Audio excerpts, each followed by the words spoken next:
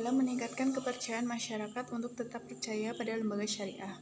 Yang pertama, perlu adanya pengembangan model-model pembiayaan syariah yang dapat diimplementasikan di pasar keuangan. Yang kedua, kebijakan dan pengaturan dari sisi makro dan mikro sangat penting dalam mendukung perkembangan pasar keuangan syariah.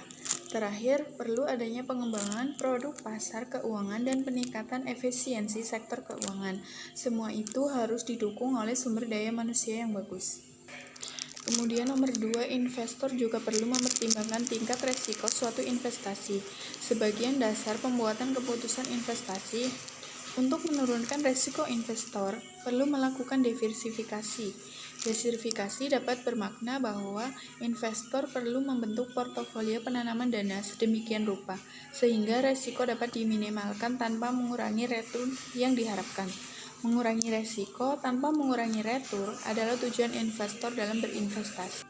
Dari terbentuknya portofolio, maka investor pemula akan dapat meminimalisir kerugian yang akan terjadi, dan juga investor pemula akan lebih tertarik untuk berinvestasi.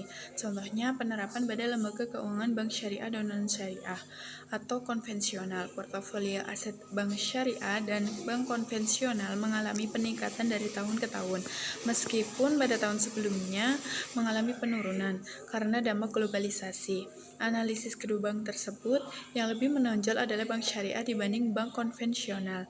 Banyak peluang yang dimiliki oleh bank syariah untuk dapat bersaing dengan bank konvensional. Sekarang respon masyarakat semakin antusias untuk menyimpan atau menabung di bank syariah tanpa memandang bunga atau riba, sehingga nasabah lebih merasa aman untuk menyimpan untuk jangka panjang di bank syariah. Selain itu, harus dapat mengembangkan portofolio aset sehingga para investor tertarik untuk mengembangkan bank syariah menjadi lebih baik lagi. Menurut saya, dalam menjalankan bisnis, bank syariah sama sekali tidak mengandung unsur riba. Contohnya saja, jika sebuah bank syariah akan mengeluarkan produk baru, harus melalui beberapa tahapan yang lebih ketat dari bank konvensional. Misalnya, produk harus disetujui oleh Dewan Syariah Nasional atau DSN.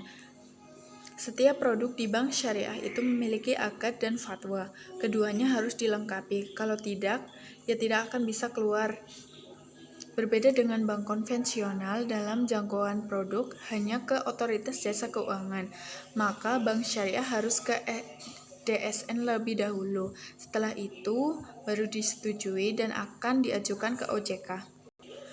Kemudian dalam tujuan investasi syariah bukan semata-mata bertujuan untuk memperoleh kembalian sebanyak mungkin, namun investasi syariah juga berfokus pada aspek sosial investment, yaitu sebuah strategi mengkombinasikan antara kebijakan sosial dan perolehan keuntungan semaksimal mungkin.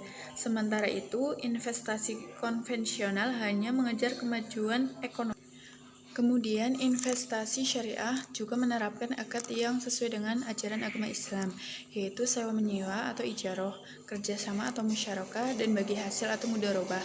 Hal itu berbeda dengan prinsip investasi di konvensional, yang terkesan lebih simpel. Produk investasi konvensional mengedepankan sebuah kesepakatan yang tidak adanya aturan antara haram dan haramnya suatu produk, sebagaimana yang diajukan oleh investor, yaitu menerapkan prinsip bagi hasil atau investor dan pengusaha perikanan di timur Nusantara. Keuntungan yang dibagi kepada investor sepenuhnya berasal dari jual beli hasil laut tanpa unsur haram.